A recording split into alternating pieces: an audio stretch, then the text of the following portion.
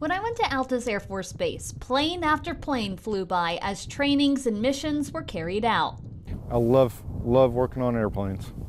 It's his love for planes and his family that brought him to Altus Air Force Base, where he's able to work as a crew chief as a civilian. Most of the Air Force crew chiefs are active duty. So they do everything I do, but they have the added strain of being deployed and being away from their families and stuff. I don't have that. Josh Kramer, WG-11 dedicated crew chief, says he spent 4 years in the Navy before deciding to get out and work on airplanes as a civilian. Our main goal as maintenance here is to have these aircraft ready at a moment's notice, and I think we excel at it. Kramer says a typical day for him starts at 7. He says he checks out his gear and then heads to the KC-135 he's assigned to. We have aircraft forms. I go through those, make sure there's no active discrepancies, check fuel, make sure it's good to go for the aircrew. He says walking around the KC-135 and checking everything on the outside takes about 10 to 15 minutes if nothing needs to be fixed. There's a linear actuator up in here that if the rod's extended, they don't have rudder pedal steering, and that's a quick thing for me to fix, but it's something that can hinder them trying to taxi out.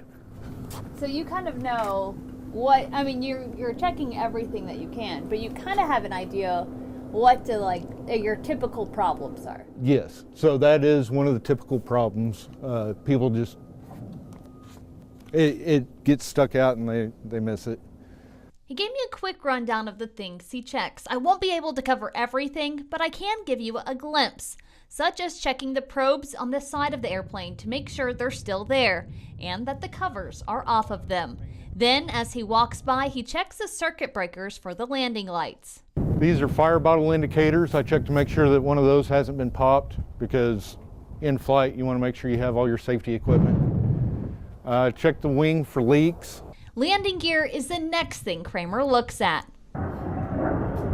In here is a gauge for the right hydraulic system, and I check for the pressure on that to make sure the hydraulics work properly.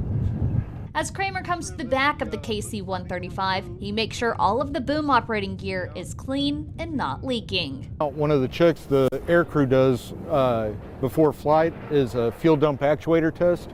And if it's sticking out and they actuate the fuel dump, it can break the arm off on that actuator. Oh, wow. So then that's going to make a long day. So very long day. Quick little checks kind of help make sure that everything works properly, doesn't get broken. Right. I like to try and fix all the issues that the aircrew may have before they show up.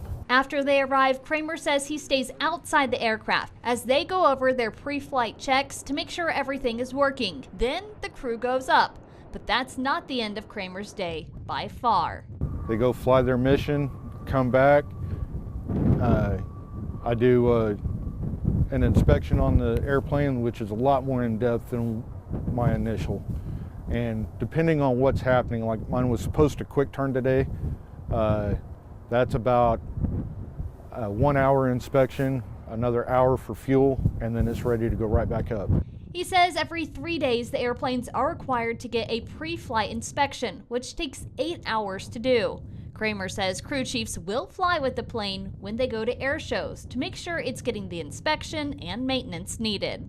I like doing air shows because that gives me a chance to get out in the public and explain what my job is and try and get other people interested in aviation. Altus Air Force Base is getting ready to host an air show and open house of their own next month.